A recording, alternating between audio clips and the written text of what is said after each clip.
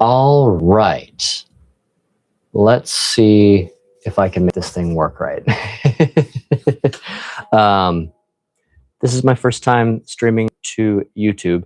I'm not doing it through OBS. I am doing it through my. I'm doing it through YouTube Studio, and it's a little dark for some reason. So let's brighten things up a bit, shall we? Oh, let's adjust my f-stops here. Just bring that light up a little bit.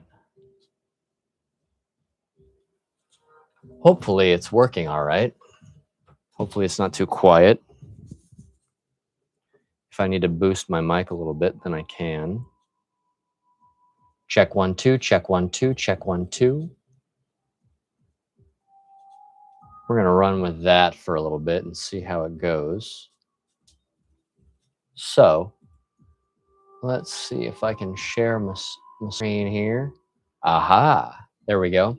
So I just wanted to talk a little bit, and hopefully you guys can hear my background music. Okay, so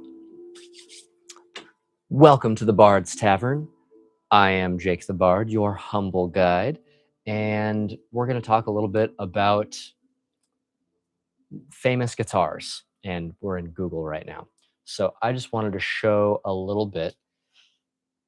I'm not going to be on for long, but I am going to be on for a little bit, and we are going to see about some famous guitars, just because I like guitars. For some reason, it's not capturing my mouse, and I don't know why. Oh, there we go. Now it's showing my mouse. But we're gonna look up some famous guitars, and I'm gonna talk about what makes them cool. So let's look up. We're gonna start. We're gonna start with the king of. We're gonna start with the king of iconic guitars, and that is Eddie Van Halen. So we're gonna look up the Frankenstrat. No. We're gonna look up the Frankenstrat.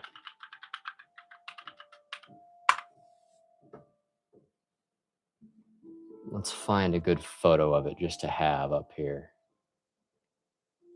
This one from the Rock Hall of Fame is kind of cool. I wonder if we can just like open this image in a new tab.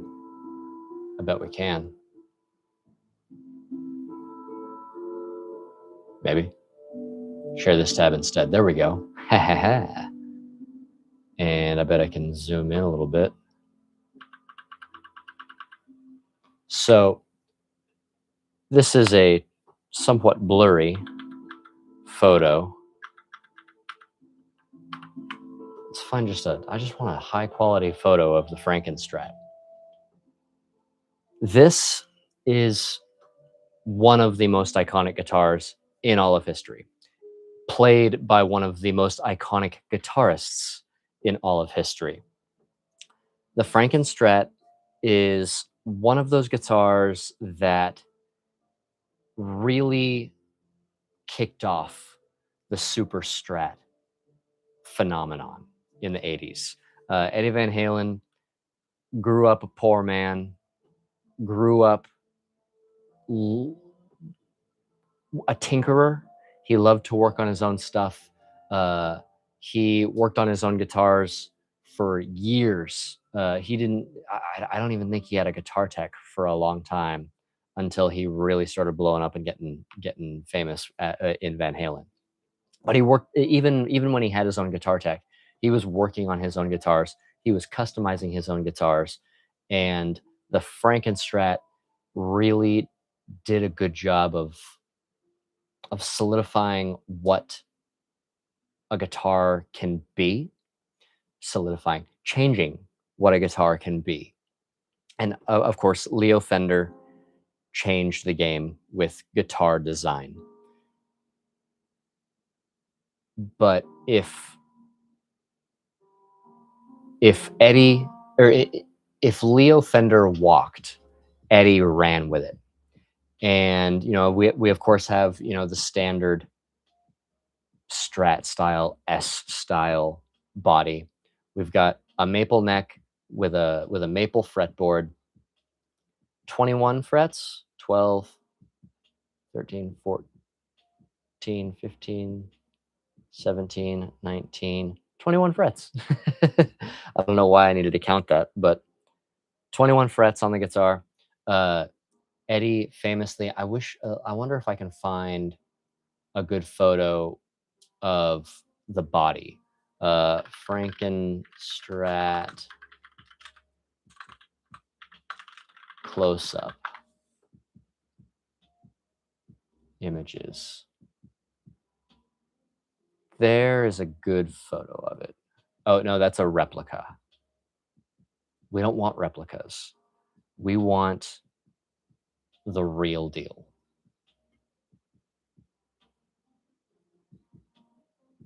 We definitely want the real deal. Actually, that's a pretty good photo. There we go. That's not a bad photo. Let's show this tab. So here is a close-up of the body of the Frankenstrat. And just let me double check something here. Yeah, that's a good close-up of the body of the Frankenstrat. Eddie was not into gimmicks with his guitars. His guitars were workhorses, they were tools, and his tools are very, very cool. But if you had seen someone with a guitar looking like this in the early 70s, the mid 70s, who, if you saw anyone who wasn't Eddie with this guitar, you would think, oh, they just got a pile of junk from a pawn shop, or they bought a bunch of cheap parts and threw them together, and oh, they ruined a perfectly good guitar.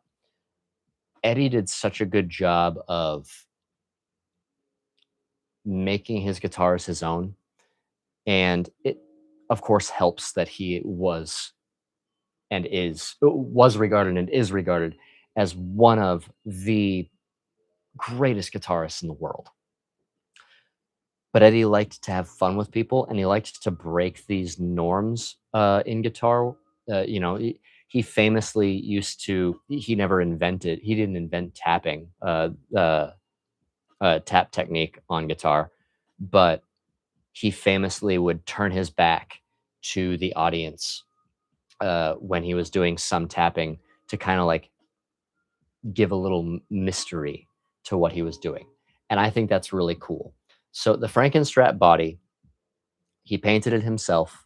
He wired it up himself. He added little things himself. Uh, he also didn't always have the proper tools for doing something. So if you look at this little pickup route here, this pickup spot here for the bridge pickup, you can see that the cavity, this pickup cavity, there we go. If you look at this pickup cavity, it looks like it was carved out. Carved is a very generous word here, but it looks like it was hacked out of the wood with a chisel and a screwdriver without much regard for how it looked. And that's exactly what happened. Eddie took he took a screwdriver or a chisel or whatever he had near him, and this effectively started life as a 3 single coil pickup guitar. But he was like, I want to put a humbucker in it.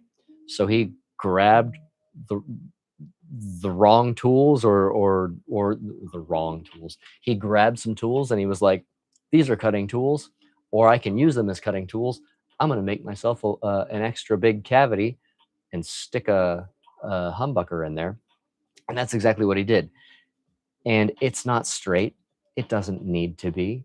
One of the cool things when you study Eddie's philosophy on luthery, if you will, or guitar design, if you will. Eddie really did a good job of showing that, tone wood in an electric guitar really doesn't matter. What really matters in an electric guitar is the output. And most of what's happening, or basically all the tone that you're getting out of an electric guitar, is a combination, to an extent, of the pickups, the capacitors, but more importantly, the speakers coming out of the amp. And I was just pointing to my amp, which you can't see off camera. So I mean, you can get crappy pickups and they might sound crappy. You could probably make, or you definitely can make most crappy pickups sound good by adjusting the settings on your amp. But Eddie didn't bother with F spacing or G spacing on his pickups because it really didn't matter all that much. He was cranking everything to 10 or 11, if you will, on his amps anyway. So he didn't mind that the pole pieces didn't line up exactly right with the strings because the strings are going to be vibrating back and forth anyway, and the pickups are going to pick up the vibration. They're going to pick up the vibration whether they're 2 millimeters this way, 2 millimeters that way, a little off center. They're just going to pick it up. So Eddie didn't really care. He was just like, I want a humbucker in my guitar. I'm going to throw it in there, and who cares if it looks like crap? Uh, Eddie, famously a jokester, stuck a five. I don't remember if he stuck a 5-way blade switch or a 3-way blade switch in where the middle pickup normally would reside, but this was never wired to anything. He did that to mess with people, and it's just an empty, or it's just an unwired uh, pickup selector switch. And then obviously he didn't have any pickup cover on his neck pickup because he didn't need it. Uh, it's just an aesthetic thing, and he didn't feel the need to put one on there, or he lost one, or whatever happened. He just didn't feel the need to replace it or put it on in the first place. And then he didn't even need like 2 volumes and a tone, or 2 tones and a volume, because he was just cranking it to the max anyway.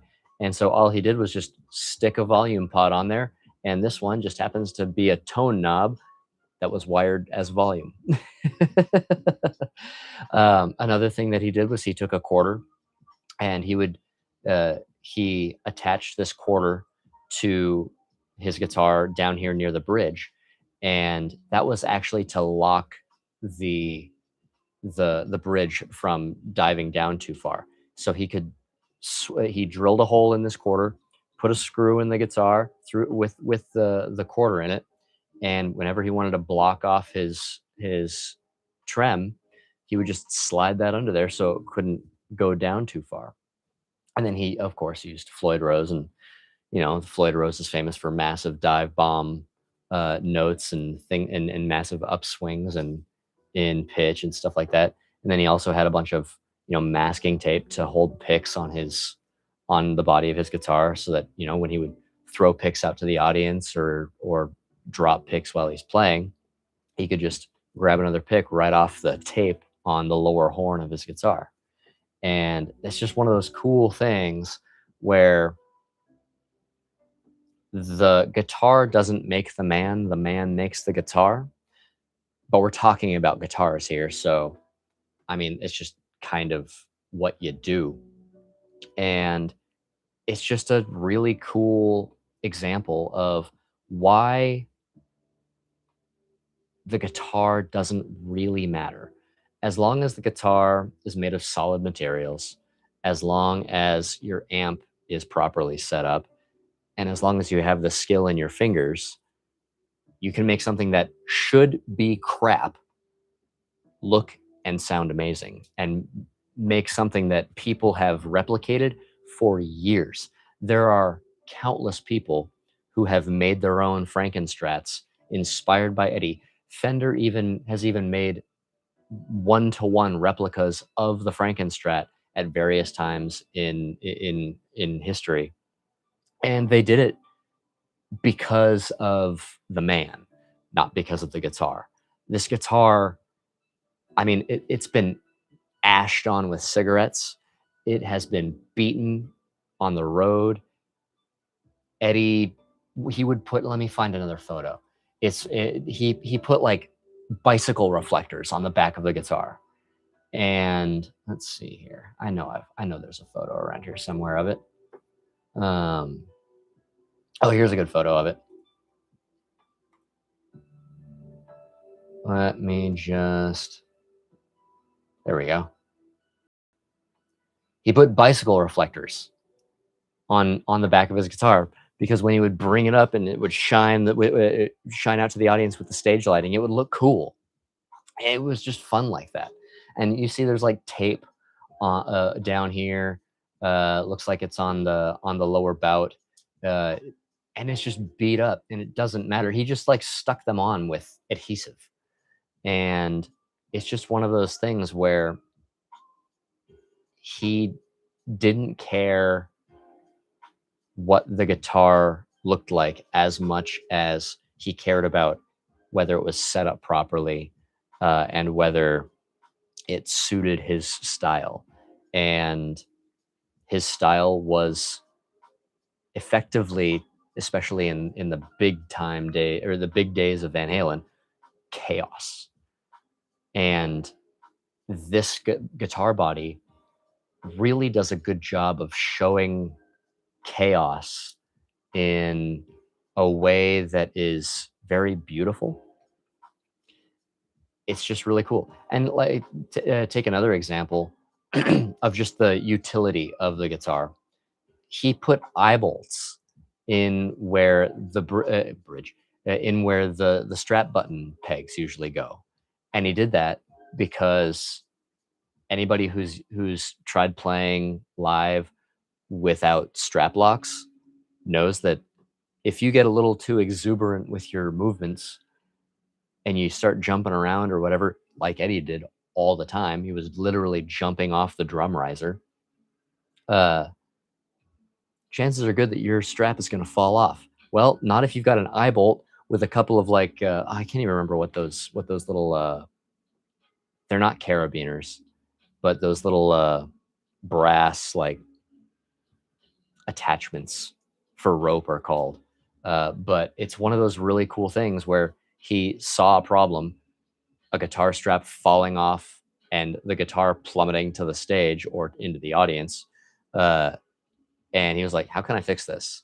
I know. I'll go to the hardware store and buy a couple of eye bolts, stick those in there, get a couple of what are those things called? I need to look this up. Let's see here. What are the brass rope connectors called?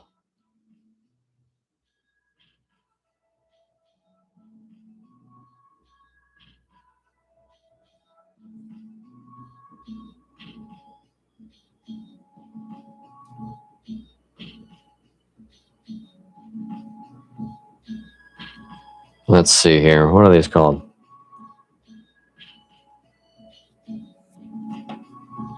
Brass swivel rope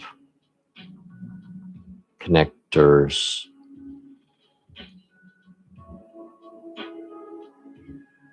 These things, what are they called? Swivel bolts? Is that what they're called? That's not. Swivel bolt snap? That doesn't sound right. Swivel eye snaps. What are these things called? Like everybody knows what they are. Brass bolt snap with swivel eye. I guess that's what they're called. But he just had those, stuck those on his guitar strap, and went to town. And don't ever have to worry about your guitar slipping off of the strap anymore, unless you really hit it hard and you have the eye bolts rip out. But I mean, the chances of that happening are pretty slim, especially when it's a long eye bolt. But it's just a cool thing. Like It's not pretty, but who cares as long as you sound good and as long as you play well. It's just a really, really cool thing. And he cut up the pick guard of the scratch plate, and all he needed to do was just cover this control cavity so that he could have a volume knob there, and that's about it. I'm It's just one of those things that makes the guitar really cool. And there's a famous story of when Eddie was a PV artist. Um, and let's see the PV WVH or WVH EVH. I'm thinking Wolfgang. PV EVH Wolfgang. Let's see here.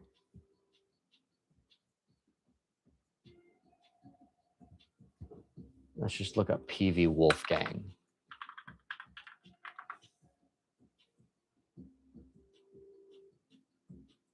Here's a photo of Eddie with it.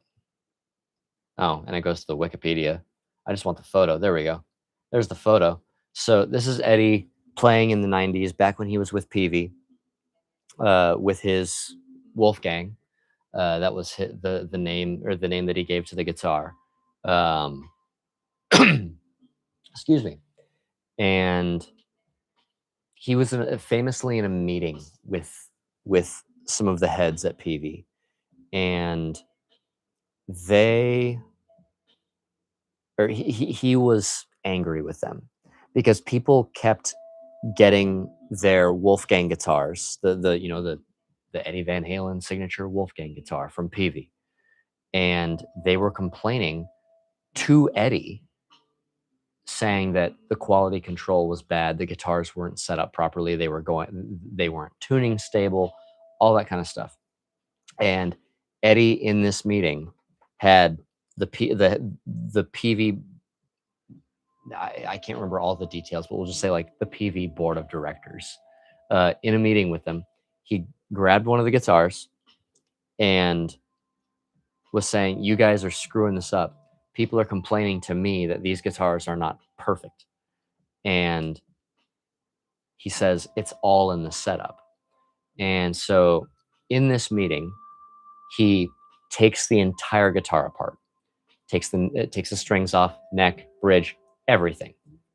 And he very methodically, slowly puts this guitar back together, and he puts it together correctly, tightens all the screws correctly, stretches the strings properly, adjusts the truss rod, adjusts the bridge, gets it tuned up, and then he throws the guitar across the room.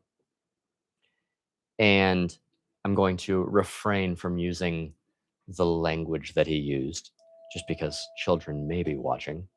But he throws the guitar across the room and tells one of the heads of PV, "Go pick up that guitar and strum it." And it was in tune. It stayed in tune. He threw it across the room. It clattered on the floor, and he just did like the biggest cardinal sin of guitar ownership, because I know anytime I've dropped one of my guitars, like I've got a Schecter there, I've got a PRS back there, I've got my acoustic guitar over there. Uh, the biggest cardinal sin is when you drop your guitar, right? Nobody wants to drop their guitar. He threw this guitar across the boardroom, and it had it clatter on the floor. Had one of the directors pick it up, and it stayed in tune. And he says it's all about the setup. As long as it's set up well, as long as the strings are stretched properly, as long as you have the action right, and the relief correct in the neck, it'll play right. You don't need to do a bunch of stuff with locking tuners all the time. Unless you've got if you've got a floating bridge, I highly recommend locking tuners. You don't need it. They're nice to haves, but you don't need to have all the super fancy uh, parts and bits and accoutrement that all the guitar manufacturers tell you you must have, or and please pay us a ton more for them because they're optional extras that you must have because you can't be a great guitarist without locking tuners or without a Floyd Rose or without insert thing here. He basically just showed as long as you set it up properly and as long as the parts are at least quality, you can have a really, really great guitar. You can take a really cheap first act guitar. I'm not a fan of those guitars, but you can take one, and as long as you might have to change a few parts here and there because some of those parts really are bad. But you can take a really cheap guitar. You can take a cheap used guitar from a pawn shop, set it up properly, and it'll be a great guitar. The differences come with, does the guitar make you want to play it? Does it inspire confidence in you? Are you proud of the guitar? And those are little mental things that you have to contend with. But as long as it's set up properly, the biggest hindrance to you sounding good is you. And Eddie did a great job of showing that. He played on something that, once again, by all rights, looked like crap, but he had it in here. He had it in the fingers. He had it in the mind. Um, and it's because of that mentality, it's because of his skills that something that looks like garbage,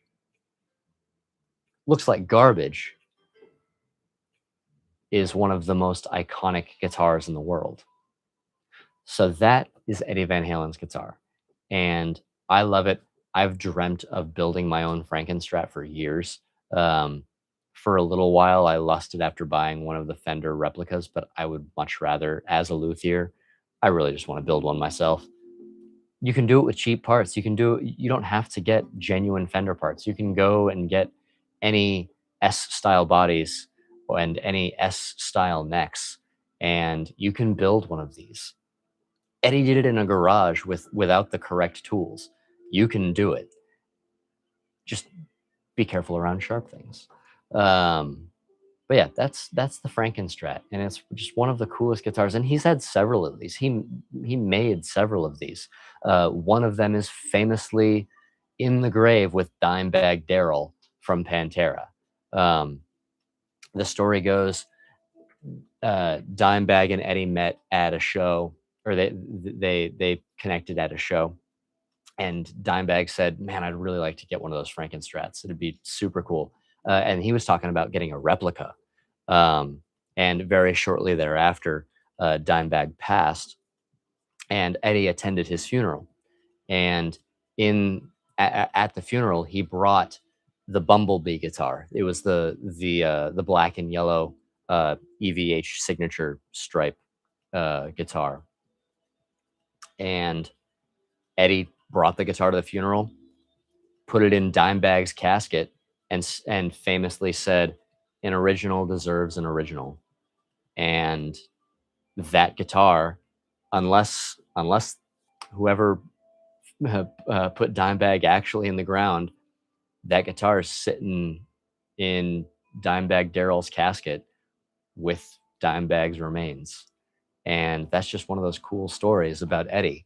Um, and then, of course, he went on and had his brand EVH, which I don't know if I can't remember if EVH was originally an independent company, um, but the, whatever the case is, uh, EVH is now a Fender brand, and you can get the Wolfgang, the EVH Wolfgang from Fender, and then Eddie's son Wolfgang. Uh, his son is named Wolfgang. Has his own line of guitars under the EVH brand. They've got basses. They've got Eddie style guitars. They've got Wolfgang style guitars. Wolfgang uh, has departed from his dad's guitars a little bit. He goes for more of a semi hollow, kind of a 335 style guitar. In fact, why don't I just look up the Wolfgang EVH Wolf uh, WVH guitar. Let's see here. Let's just go to the EVH website and guitars. There we go. It's called the SA 126. And let's just look at the natural finish one because it's a really cool guitar. And this is a hell of a departure from Eddie's style of guitar. This is much more, 335 inspired. It still has, the EVH body shape that they eventually kind of settled on with the EVH brand. They do still do the Strat style guitar, but they went to more of an offset kind of 335 inspired guitar. And this is Wolfgang's guitar. It has, three aside headstock, very Gibson inspired, very, very classic Gibson styling, but that has brought in much a little bit more modern nuance to it. It has kind of the non-standard. I don't know if you would really call this an F hole, but it's got kind of the F hole style thing, and it's stylized the way Wolfgang likes it. And Wolfgang doesn't use a trem; he goes hardtail, which is really cool considering how he plays. If you've ever seen uh, Wolfgang play, you know what I'm talking about. And if you haven't seen Wolfgang play with his band Mammoth, you need to, because Wolfgang is such an incredible guitarist. Um, and he's not just an incredible guitarist because his dad was an incredible guitarist. He's just an incredible guitarist. He is an insane songwriter. He has an amazing voice, and has he does his father so proud in how he plays, but it's his own style. It's just really cool. He can play like his dad. He plays like his dad really, really well, but he plays in his own style, and that's what makes it so cool, because he has carved out his own his own place in the world of rock guitar. And certainly it's inspired somewhat by his father, but it's his own style. It's his own band. Uh, his guitar solos are definitely inspired by his dad, but his songwriting, his his playing, his normal song structure is it's just his own. It doesn't live in the EVH world. It lives in the WVH world. And I'm gonna have to cover the Wolfgang guitar in a little more detail at a later time. But it's just really cool. Um, Wolfgang does Wolfgang does what Wolfgang do, and it's just cool. And for fun, we're just gonna show the yeah. Here's the Bumblebee. They're the black and yellow Franken Strat. Here we go. This is just a recreation of, or a replica of, the black and yellow version, similar to the one that's buried with Dimebag. And of course, this one has the EVH logo on it because this one is an official replica from the EVH brand, which is the Fender brand. Um, and they're pricey; they're $2,250. Um, but it's just a really cool guitar. It's relic and things like that, and people have opinions on relic and guitars. I think it's your guitar. Do whatever you want. If you like relic guitars, get yourself a relic guitar. If you want to put the dings and scratches in it yourself, put the dings and scratches in it yourself. If you want to wipe it with a diaper and make it look, and keep it pristine and looking perfect every time you play it, then do that too. Just don't leave it. Don't let it stay nice looking because you never play it. Let it stay nice looking because you take care of it even when you're playing it. But yeah, that's just a little bit about one of the coolest guitars in history. Let's go back to the photo of Eddie's original Frankenstrat. But that's how we are, or that's how the guitar is. It's really, really cool. It is one of the most iconic, most famous guitars on the planet, and it needs to be talked about. And lots of people do, and some people can probably speak more eloquently about it than I can. But it's just an awesome guitar. I love every bit of it. It is absolutely worthy of being one of the most famous guitars on the planet. So, you all have a great one. I don't know. Oh, there we go. That's how we end the stream. Who to anybody who watched this, thank you for watching. I've been on for about 40 minutes. It's time for bed. I've been Jake the Bard. Now go fix something. Go build something. Practice some guitar. Make your own Frankenstrat. Have a great one, guys.